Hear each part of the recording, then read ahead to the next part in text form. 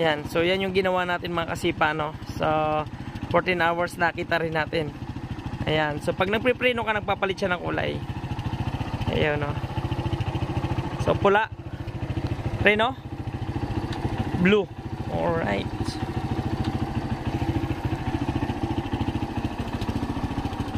You know? So, lupit talaga. So, ito yung kanyang kulay blue sa ibabaw. So, functionable lahat. Ayan, no? So,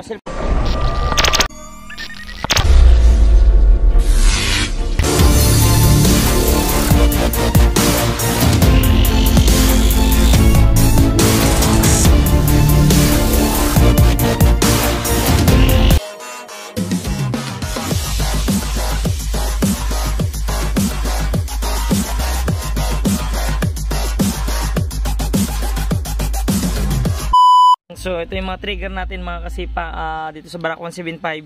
So, dito ko trigger yung mga loud horn, tapos lahat ng ilaw, tapos yung kanyang horn with passing reversible, horn with reversible passing. So, dito natin lahat nilagay. Tapos, dito na rin yung driver ng mini driving lights, headlight, tail light, panel indicator, tapos lahat ng mga ilaw sa sidecar, hanggang sa motor. Tapos, dun sa ilaw, dun sa taas, dalawa. So, dito ko na rin ikinuha. Okay. So ito yung before natin. Yan. Still continuous mga kasipa, no? So OT tayo, time check. Oras na 8 PM. So ni-start natin to is 10 AM. So 8 PM na ngayon. So nasa 10 hours na natin tinitira, ginagawa to tricycle ni Sir Buyet. Ayan. So straight mga kasipa, so mamaya makikita nyo kung ano yung finish project natin dito. So galing pa ito ng Villasis, dumay dito sa Alaminos City. Ayan, so talagang ang lupit ng alaga. So kailangan malinis talaga dahil hindi pwede makalat, syempre. Kailangan quality. You know, so ayan. Ito yung before natin, mamaya makikita nyo yung after niya mga kasipa. Ayan, no? So time check mga kasipa. Magandang gabi. So eto na tayo sa tricycle ni Sir Buyet, ano. So napakalupit na tricycle, gawang Peter Garcia. So eto na, lupit mga kasipa, no. Ano? So buhay ng buhay siya sa gabi. So baling ginawa natin is in-overload natin. Ayan. So pinagana natin yung 4x4 jeep na ilaw niya is dalawa. So, dalawang bumbilya yan. Okay. Tapos, nilagyan ko siya ng LED rito sa part na ito. Sa loob. Yan. Tapos, nire-install natin yung kanyang angel eye. Yan, sa harap na yan. Tapos, dalawa. So, bali, dalawa yung switch na ginamit natin dyan. So, yung design niya sa labas at saka yung dun sa center. So, bali, dalawang trigger. Tapos, in-install natin siya ng PIA horn. Ayan. So, yung PIA horn nandyan sa may ilalim. Ayan. Tapos, in-installan din natin siya ng LED headlight, LED signal lights, tapos mini driving lights. You know.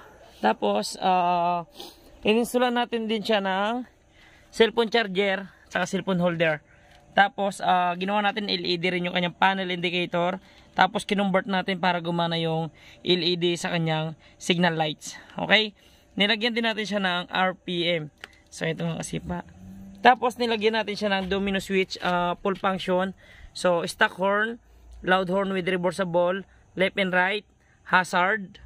Tapos, high and low ng headlight. Tapos, ito yung high and low combination ng mini driving lights. Apat kasi yung wire niya. Low, high, combi, ground. Tapos, ito naman yung reversible passing. Ayan. So, balik kompleto lahat siya mga kasipa, no? Lupit, oh. Gintab. Ayan. So, ang ginawa natin is pinulwave din natin siya is upgrade charging. So, pinalakas natin yung charging system niya para kayang humabol just in case na ginagamit natin yung motor. Madaling bumalik yung mga kinukonsumo natin kuryente. So, ayan. Tapos, dito ko nilagay yung trigger function niya kasi easy access. So, hindi na ako naglagay dun sa harap ng mga switch para malinis siyang tingnan mga kasipa, no? Ayan. So, hindi na ako naglagay ng mga switch para malinis. Tapos, dito na lang siya para simple lang. So, nilagay ko dyan yung apat. Okay? Tapos, ito yung kanyang wirings na ginawa natin. So, sineparate ko na rin yung kanyang fuse. Ayan. Ayan. So, bali dito ko na nilagay yung kanyang mga fuse yan kasi wala na siyang lagayan. Tapos, ito naman is may socket siya. So, every time natatanggalin natin tong cover, tatanggalin lang natin yung socket gaya nito. So, pipindutin nyo lang. Ayan. So, matatanggal na agad yung socket siya, ano. You know, yung socket niya. So, mami-maintenance nyo agad. So, pagka wala kasi siyang socket, may possibility na puputulin lagi natin yung wiring. So, dito, may iwasan natin. Tapos, ito yung kanyang groundings. So, dito, sinama ko dito para mapalakas yung ground. Tapos, sa battery, so, nilagyan ko siyang extra flexible hose para dun sa may tornilyohan niya kasi just in case na i-single siya, pwede siyang lagyan ng battery dito. Okay? So, ito yung mga fuse niya. Pinalitan ko na rin para maging bago na lahat. Ayan. So, pinulwave natin. Upgrade charging. Tapos, ito yung pinaka-double contact niya. Ito. So, kulay blue siya pag naka-park light.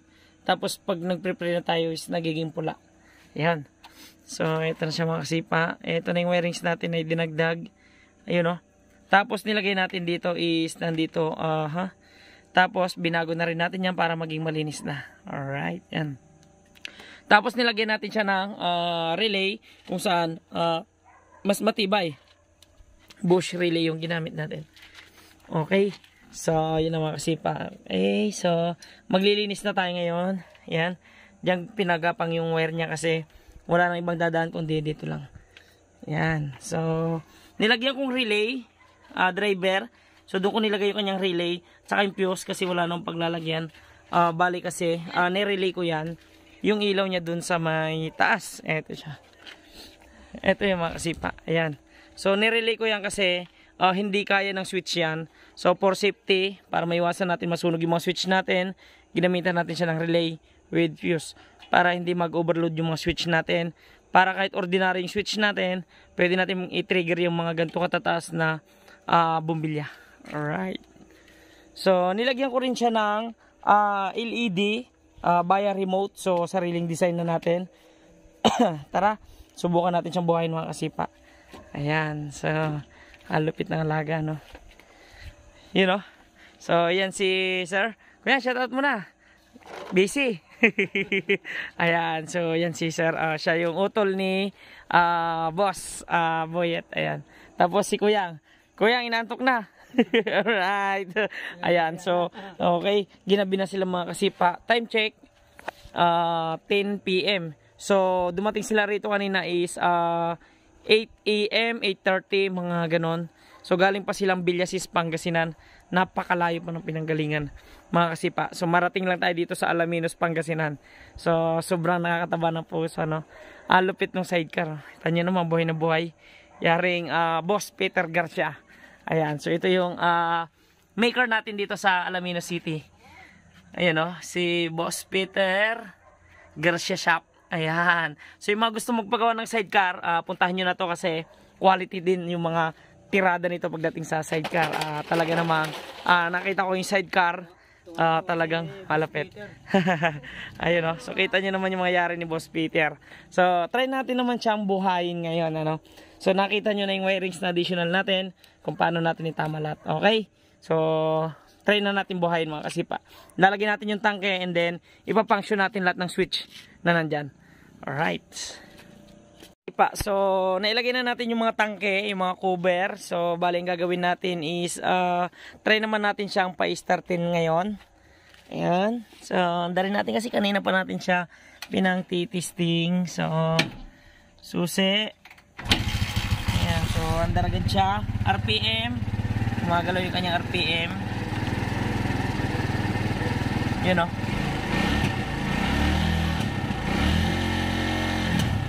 Ayan, so nasa 4,000 RPM. Ayan. So ngayon ang gagawin natin mga kasipa is isa-isahin natin pagaganahin yung kanyang nasa handle switch yung domino pull function na ginawa natin. So ayan siya ngayon, halupit. Ayan. So ngayon, tatry natin siyang i-passing. Ayan. So as you can see, so nakikita nyo yung sobrang dilim ng paligid natin. So yan yung kanyang passing. Ayan. Tinasa muna natin yung minor niya konti para mag-charge lang siya. Yan o. So, passing. Lupit. Passing. So, pag naka-low tayo, kita nyo naman kulay dilaw. So, meron pa rin yung passing. Ayan o. So, kita nyo yung passing niya mga kasipa. Tapos, pag nag-high tayo, yan, kulay puti, meron pa rin tayong passing. Ayan o. Yan. So, nagpa-passing pa din siya. So, pag combination, ito naman yung high and low sabay. Ayan. So, kung makikita nyo is kulay, puti, kulay dilaw at saka kulay puti, meron pa rin yung passing mga kasipa. Ayan o. So, kompleto siya. So, okay. So, ganun din yung kanyang loud horn with reversible passing. So, ito yung kanyang stock horn. Yan. Tapos, ito naman yung kanyang loud horn with reversible passing. So, titingnan natin, patay yung mini driving light. So, loud horn. May busina. Pag naka-low, so, meron pa rin. Pag naka-high, so, meron pa rin. Tapos, yung high and low, combination trigger, high and low, so, sabay na dilaw at saka puti. Meron pa rin siyang horn with passing. Yan. So, as you can see, mga kasipa is, tilas ko lang muna para mag-charge. Ayan. So, as you can see, mga kasipa, nakita nyo naman yung kanyang reversible passing. So, low, high, combi. So, meron siyang passing. So, continuous siya. Still. Ayan o. So, parang kidlat. Tapos, ito naman yung left signal. Ayan.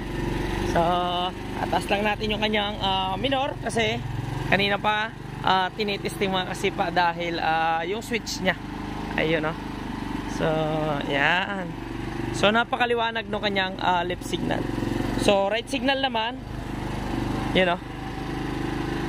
Yun o. So, liwanag. So, ayan na. Okay? So, ngayon naman, try natin siyang i-hazard. Yun. So, kompleto pa din siya mga kasipa, no?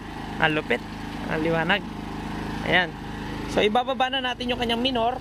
Kasi, mula kanina, tinaasan kasi natin. Ayan. Ayan. So, binaba na natin mga kasipa. You know. Yan. So, 2,500. Medyo mataas pa. Yan. So, goods na mga kasipa. So, naka-hazard na yung alaga natin. So, as you can see, left signal. Right signal. Functionable. Gumagana pa rin yung panel indicator. Hazard. So, dalawa na yung umiilaw hanggang harap sa likod. So, gumagana pa rin yung ating single signal indicator. So, naka-modified na yan. Tapos, ito naman yung kanyang trigger ng headlight. So, pag on natin, mabubuhay yung ating RPM. Tapos, yung kanyang ilaw sa loob is kulay blue. So, bababa pa natin mamaya. Medyo mataas pa. Pero goods muna yan. Okay? So, yan yung kulay blue. Yan. Tapos, ito naman yung kanyang high. So, kita nyo naman. So, napakaliwanag na kanyang ilaw. So, solid mga kasipa. So, 13 hours natin siyang ginawa. Magpo 14 hours na. So, solid. Okay? So, ayan. Nakita nyo naman yan yung kanyang headlight. Okay? So, ito naman yung kanyang mini driving lights. Papatayin muna natin. Mini driving lights low. Mini driving lights high. Combi. Okay? So, bubuksan naman natin yung kanyang ilaw sa taas. Okay? So, ano ba yung ilaw niya sa taas? Yung, gumamit ako ng ordinary switch. Ito. Kasi, yung space yung hinabol natin para hindi na tayo magkalat dun sa ibabaw. So, bali, space na ito is, naka-proper install kasi gumamit ako ng relay para matrigger yung ilaw na napakalakas. So, ito yun. So, pag binuhay natin yan, mabubuhay yun. Oh. Kita nyo, lakas mga kasipa. Yan. Yan yung ilaw nung nasa taas. So, ito yan mga kasipa. Ayan o. So, as you can see, andyan yung nasa ibabaw. Ang lupit, ang init. Ayan. So, sobrang liwanag niya mga kasipa. Yun o. Kita nyo naman. Yan yung 4x4 niya kanina. So, pure bulb yan. Bulb yan. Napakainit nito mga kasipa. Ayan o. So, gumamit tayo ng relay para hindi ma-stress yung switch natin. Kasi yung switch natin, hindi niya kayang mag-handle ng matataas na amperahe. So, relay ang nag-handle ng mataas na amperahe niyan. So, trigger relay lang yung switching natin. Alright. So, ayan o. Ang lupit ng alaga ni Sir Boyet. Ayan. So, yun yung pang-apat. So, ito naman, dito naman tayo sa ilaw sa angel eye. So, yan. Yan yung ilaw ng angel eye natin. Angel eye lang yan. So, ito yung ilaw ng angel eye. Ayan o. Makasipa. So, napakaliwanag din. Mustangi. Ayan. So, lupit ano. You know. Tapos, itong isa naman is ilaw ng motor. Ayan. So, ang bangis ng ilaw ng motor mga kasipa, no? So, you can see, talaga namang napakaliwanag. Ayan. So, pag nagpriprino tayo, nagpapalit siya ng kulay, ano? So, heto siya. Ayan. So, nagiging pula lahat ng kanyang background pag nagpreno tayo. Nag-apply tayo ng preno. Okay? So, bitaw, preno, bitaw, preno. So, ganun kalupit yung alaga ni Sir. So, siyempre, kailangan linis yung ginawa natin para makuha natin yung mga gantong trigger tsaka matibay, di ba? So, yan yung unang switch natin. Next natin, itong isa naman, sa motor naman. So, yan na yung sa motor niya. Okay? So, ayan. Kasama yung angel eye. Tapos, yung ilaw niya. Ayun o. So, yan yung angel eye sa may harap. Bali, kulay green siya. So, meron akong nilagay na remote. Ito yung remote, mga kasipa. So, gawang Albert modification na Albert Sudus. So, try natin buksan yung ordinary. Yung gantong LED na ginamit ko is yun din yung ginamit ko dun sa ilalim para mabasag ko yung mga ilaw niyang simple lang. So, heto siya. So, on natin. Ayan o. So, kung nakikita nyo, nagsimula na siya mag-blink.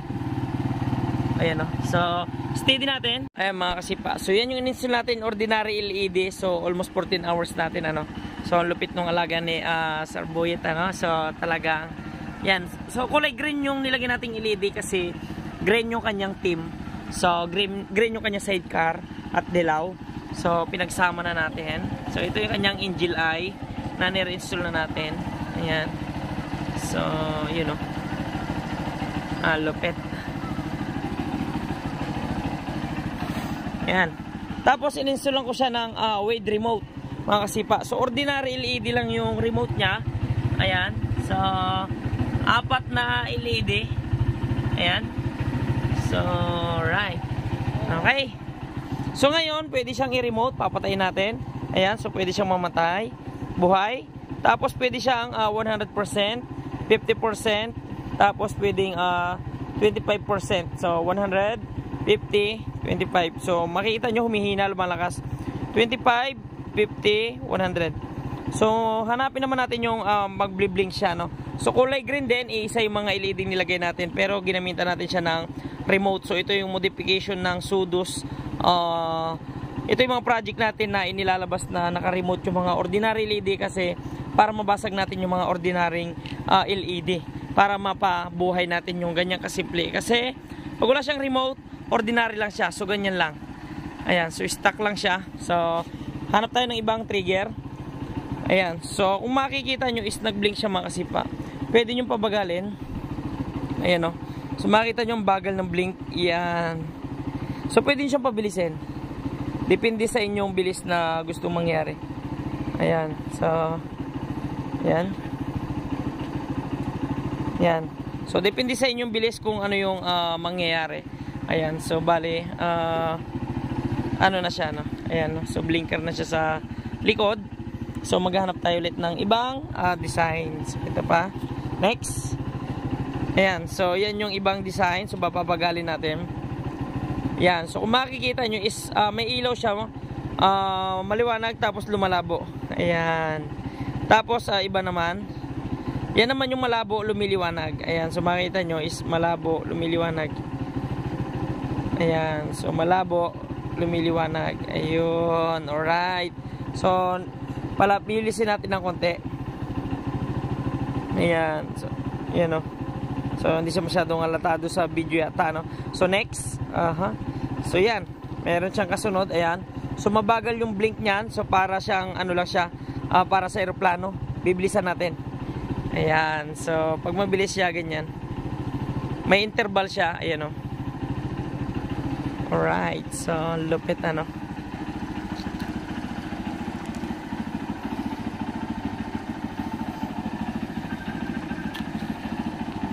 Pogi ng alaga talaga.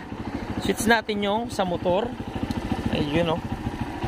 So binuhay ko na lahat. Ayan, so makikita nyo sa likod mga kasipa is so nagbliblink siya no. Kasi kung ordinary lang siya, ay hindi natin siya mapag-blink. Ayan, so yan nasa sa likod.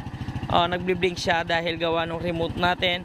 So kahit buong LED ng motor, pwede natin pag-blinkin. Depende sa inyo kung saan yung gusto nyong i-trigger. So sa akin kasi, doon sa part na yon kasi para hindi siya istorbo just in case na i-blink natin siya. Okay, so next, hanap tayo ng iba. Ayan, so iba naman yung design yan. You know. Iyon, mga kasipa. Alright. So, ay mga LED niya. Ayan. Yan, so hanap pa tayo ng iba. Yan, so yan naman yung pa isa-isang blink lang. Ayan. So iba pa. Marami siyang design, iba't iba yung design niya mga kasipa. Ayan, so yan. Iba't ibang gusto nyong design is pwede siya.